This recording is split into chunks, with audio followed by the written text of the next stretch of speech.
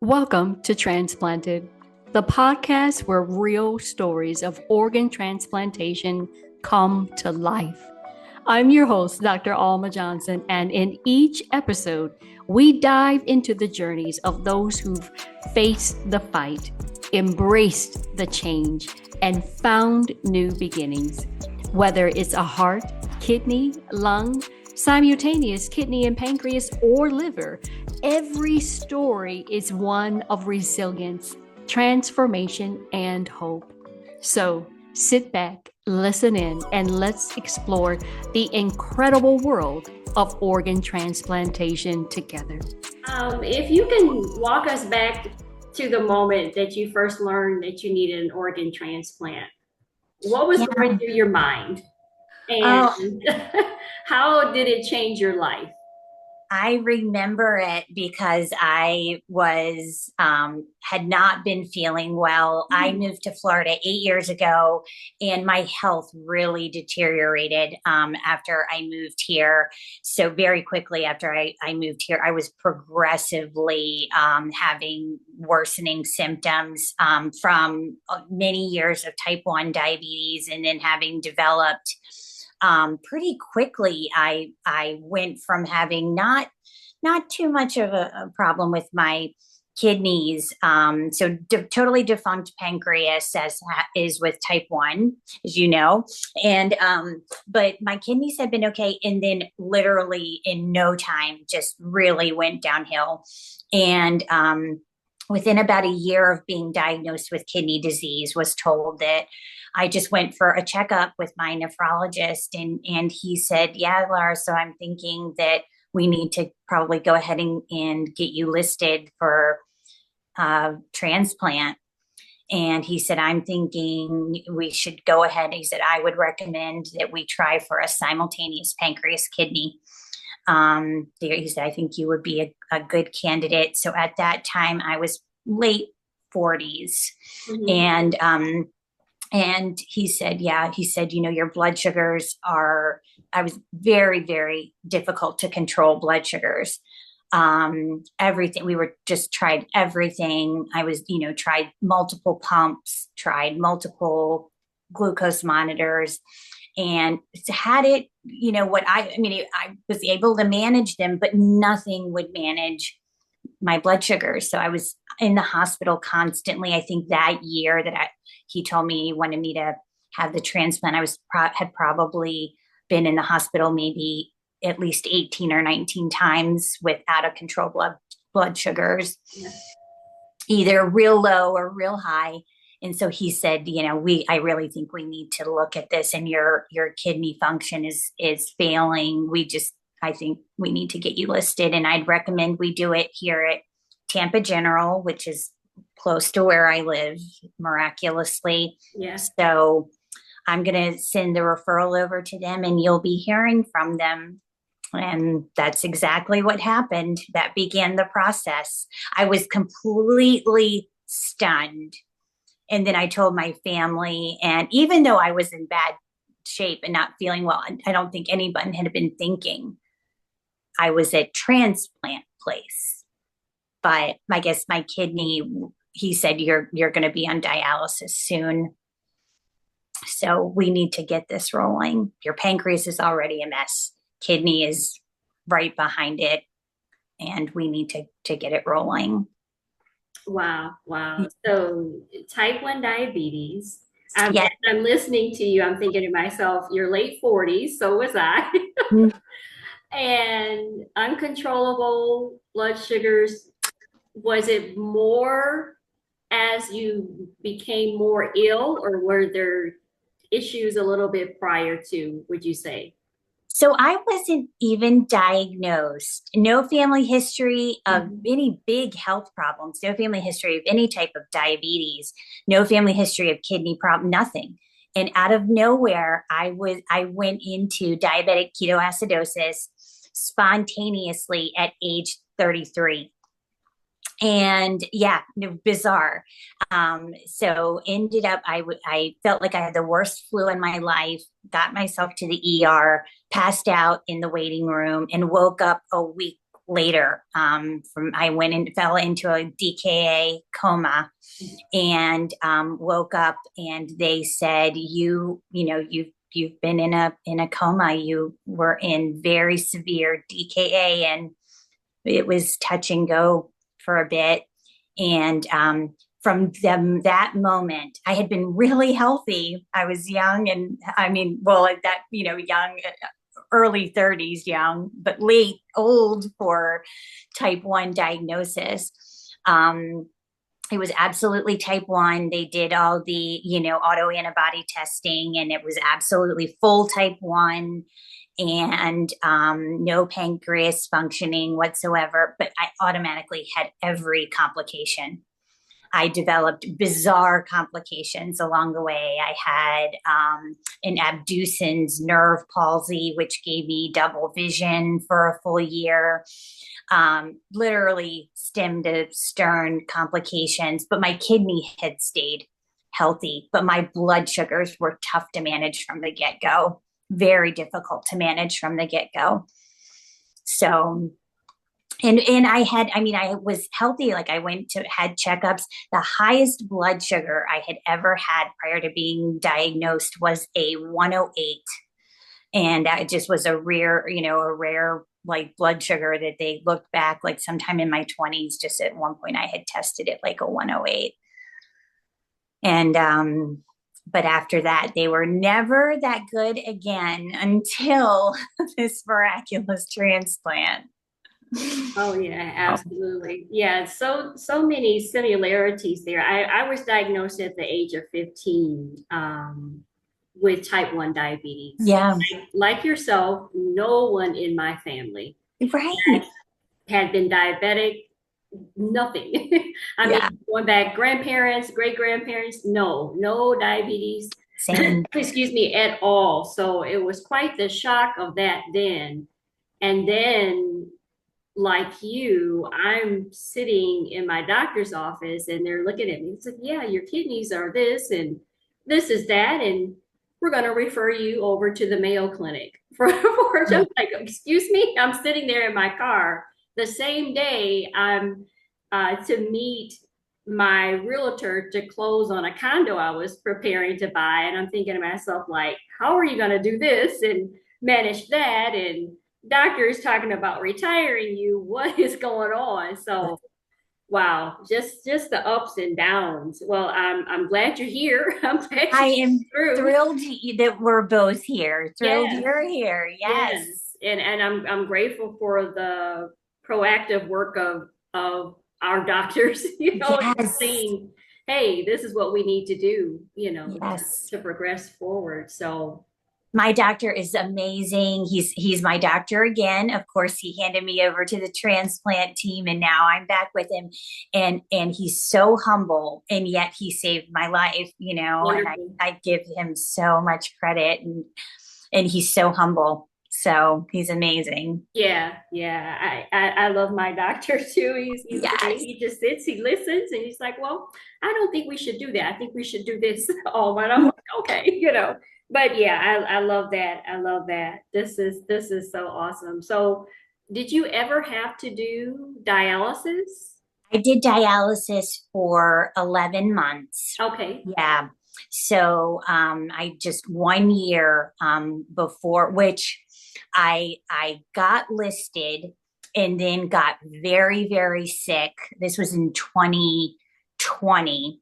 I was listed, got very sick, got kicked off the list because, of course, everything to get listed. Oh, my goodness, Yeah. that's the workup. So, and then got kicked off the list because they said I was not healthy enough. So I had to get another full year to be relisted. And in the year I was working to get relisted, I was on dialysis. So from July of 21 until June of 22. Mm-hmm. I was on dialysis, and my blood sugar was still so crazy that they said I could not do home dialysis. So I did go to a center 3 days a week for those 11 months. Yeah. Mm-hmm. How was that for you I didn't do home. I didn't do Mm. peritoneal dialysis. I don't know. I didn't trust myself. There's a lot that goes into peritoneal Yes. dialysis. And I'm thinking, what is this? So I said, let me go right over to the dialysis center and then the storage of all of uh, the the Supply. needles. And she said, oh, you have to have at least another bedroom just about to store all of the things, for a month or two. And I'm thinking, oh my gosh, this is crazy. But with dialysis, how was that for you? How did it affect you physically, emotionally, spiritually? What was that like for you? Oh, probably similar to you. I was the youngest person there. Okay. And so, that sometimes I mean, of course, the other people there were amazing. And I felt so blessed and grateful because I was also one of I think probably most of that 11 months, the only person there that was in the process of looking to be listed for transplant. Most of them were going to be lifelong on dialysis because they were past the window of opportunity for transplant. So, but my dialysis team, I really was, incredibly blessed by higher power. I say God, by this universe, to be handed amazing care providers through my entire journey. I was not in good health. My amazing dad, who is now almost 84. So it was not, in his early 80s at the time, drove me to my dialysis appointments. Um, to and from like a, 20-25 minute drive. And so I've been incredibly blessed. I have no words for my gratitude. Yeah. And we're talking in Donate Life Month. So, April being Donate Life Month. So it's very much in the forefront of my mind. And my gratitude is always in the forefront of my mind. Wonderful. Wonderful. Yeah. That's awesome. I'm happy to hear that.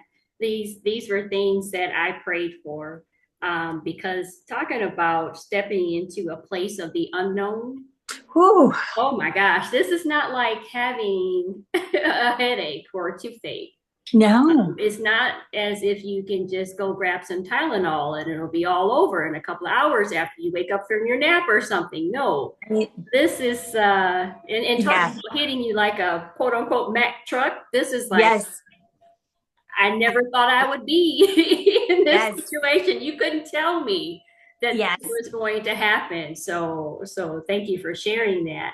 Um, Absolutely. yeah. Did after your transplant, did you experience any rejection or complications? I have not. Again, I can so blessed and so grateful. Both organs woke up quickly and literally woke up from that surgery. Never, I have no words. Like I'm not and thankful for everything. Not ever needing dialysis or insulin since. And talk about waking back to a new world because obviously, so for you, it was probably 30 years on insulin. For me, it was 20 years, Yeah. about 20 years on insulin. And then the time on dialysis. And so and again, amazing team in Tampa General took unbelievable care of me. I did have complications. I did have Tampa, it loves them some prednisone, and I'm still on it. They do lifetime prednisone for pancreas transplant Mhm. through TGH, but high dose. And so I very quickly, right away, the prednisone gave me cataracts. Mm. So high steroid use is a indicator for cataract development. So I immediately developed cataracts, and I immediately developed this amazing donor kidney gave me extremely low blood pressure. So I developed very, very low blood pressure, which meant that I was prone to fainting. So we had to do a lot of work to find something that helped keep me upright. And Yeah. I'm now on an pretty pricey, but I'm working to manage. I have to take a prescription to keep my blood pressure. Even at like it's even on the prescription, it's about 100/70 most of the time. Wow. Yeah. Yeah. So it was like 60/40. It was knocking me out. So yeah. Mhm. So after getting the cataracts taken care of, the meds for the blood pressure, some other little things here and there. I'm doing great. Wonderful. So when you say immediate cataract, that was like immediate. Immediate, yes. Yeah. Like, so I felt like my vision was great. I felt like my vision was really good. But then I started having like some weird, like blurriness. And I Mhm. just went back to my retina specialist because, of course, being diabetic, I had a little bit of diabetic retinopathy. So I went back to my retina specialist, and she said, your retinas look really good, but you've got cataracts. Wow. And I guarantee it's from the prednisone, the high dose prednisone. Mhm. Because I had nothing. They looked, of course, at my several month old images, and there was nothing from literally just weeks before the transplant. So very quickly. So yeah, I got those cataracts taken care of. And now I have great distance vision, which I Yeah. never had. But so yeah, so that but well worth the trade-off for Yeah. sure. Yeah. How is your body? How are you adjusting to the other meds like microphenolate or tacrolimus? I'm not for sure. Yeah, Yeah. yeah, you're right. That's exactly my regimen, and still a little bit of prednisone. The prednisone was tough for me. I never was one to manage steroids well, but now that I think I'm adjusted to being on this low dose. And the I was on my Fortic, so the mycophenolic acid was rough for at first. But we've got everything pretty steady now. I really like at this point, that first year was, the ups and downs with getting things worked out with my cataracts, the blood pressure, my belly, having a rough time from the meds. Mhm. And so that first year afterward was rough, but worth it. I mean, still the whole time I tried to stay really optimistic that everything would even out. People told me the first year could be rough. Mhm. And that was true. Throughout that second year, things have evened out, and I'll be at 3 years in June. Oh wow, congratulations. That's Thank you. awesome. And that's just right around the corner.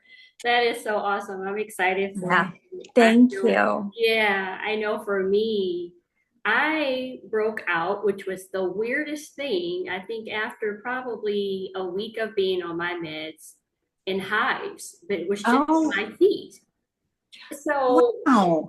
I had never had hives before. Yeah. And then just on my feet, I mean, it was even difficult to walk. And that was just about maybe roughly short of a 24-hour period. Oh, But wow. it was all related, and we could not figure out which med was doing it. But Yeah. that is what happened. So everyone has their own journey. Yes, absolutely. Yeah, yeah. How far are you post transplant? This is coming up for me 7 years. It'll be Okay. 7 years, August 1st. And Hmm. August 1st it was my timing. is couldn't have been more perfect. I'm just grateful for it. Oh, But it was 31 years to the exact date that I was diagnosed with type 1 diabetes oh at my the age of goodness. 15. Yeah, Wow. yeah. So talking about those journeys previously of fainting, I still have a little battle bruise right here on my Mm, forehead above my left eye. I had gotten up out of the bed, sitting on the edge of the bed due to a low blood sugar. And before I knew it, I had passed out sitting on the side of the bed. yep. Free fell forward. Thank God there was carpeting on the floor, but what Yeah. jolted me awake was hitting my head on the floor. Wow. I'm laying there, like kind of like in a fetal position, Oh my rolled gosh. over, was able to crawl the best way I could to call my mom, and she's on Yes. her way. But I'm just thinking about this journey of ours is not for Yes. the lighthearted. You have to stay strong through it all. Um, You are it's absolutely right. Yeah, And our families, you mentioned your mom and yes, yes, my poor parents found me in rough shape, in bad shape so many times. And I'm so I'm heartbroken that I did that. I say I did that to them, that happened to them. mm-hmm. Um, and so, but so, I mean, so thankful and appreciative to have loved ones. But I have to say, being the loved one of someone that has chronic illness or Mm-hmm. even post transplant, until things get pretty steady, it can, that is not for everyone too. No, no. Um, I know, like, even my friends, like, I always express such gratitude to them because they still, I still have some leftover neuropathy in my feet. Mm. I'm not as fast or steady as I'd love to be. And they're so patient with me. But it's not everybody handles the things that we've been through so much. Oh yeah. Oh yeah. But not everybody has necessarily the wherewithal. So No, they don't. And I'm glad you brought that up about our caregivers because like yourself with your parents, I would say, I kid you not, I'm taking care of myself. I'm doing everything I can. I would go to bed talking about your parents finding you in all kinds of situation and ways. I remember one evening I said, I'm not going to have a low blood sugar tonight. I'm not going to do it. I had McDonald's, I had Hostess cakes, I had all of the goodies. I probably went to bed, and I know people are going to cringe when I say this. My blood sugar was probably 550, close oh to yeah. 600. And I kid you not, the next thing I knew is that EMS, the fire department, they knew me by name. Yes. You're okay, Alma. We got you. My blood sugar would be like 27, 12, Yes. 14. From 650 Absolutely. or 550 to 600 all the way down. And it was just like, what am I doing? How do I handle this? So I'm so glad you brought that up because I think about like your parents you mentioned and mine, Yes. what that must have felt like, I to know. see your child this way. Yeah, it's I know. I have tremendous gratitude, but also empathy oh yeah. for what they went through. And I know, I mean, my parents found me I mean, a couple times, now we'll laugh about some of the stories that, Yeah. my mom couldn't reach me and came to my place and found me walking around my place with no clothes on and telling her some crazy Yeah. stories because I mean, when your blood sugar, I mean, like you do, like how people, I had situations at the hospital where they thought that I was in drug withdrawal Yes, yes. before they realized I was in DKA, that it was my blood sugar not, whacked out on stuff. So, I mean, yes. And so talking all kinds of, Yeah. kinds of stuff. And so now, we giggle about it, but at the time it's Hmm. serious stuff. So, Yeah. Did mhm. you ever have any fear or struggle with fear or any doubt about being called for your transplant? You know, I I had, I had fears and doubts about being called for my transplant and being called home, called to the great beyond. I really, not knowing what was going to happen, because I knew I was in rough shape and had some real close calls, where I found out later, that they told my family they weren't sure what was going to happen. Mm-hmm. And I really felt like I felt confident that I was going to get called for the transplant. And then, but then I did, after I had the transplant. Now I manage my worries with keeping myself healthy and keeping my organs healthy, and just try to manage my worries with that. I wondered, because the pancreas is so finicky, I wondered if Yeah.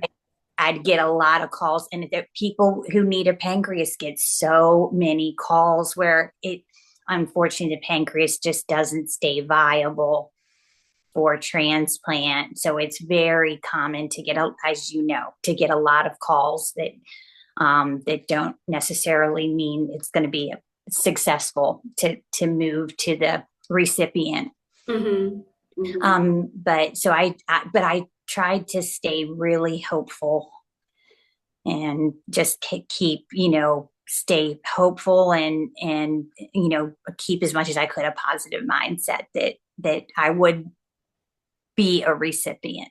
Oh yeah, absolutely. So Were you just called one time, or did you have more than one call?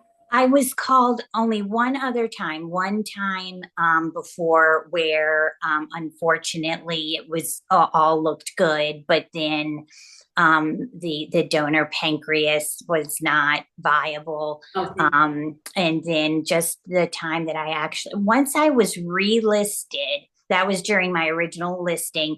And then, once I was relisted, it was only about 5 months before I got the call for the actual successful transplant. So Yeah, I feel very lucky, incredibly blessed that's for the journey that I had.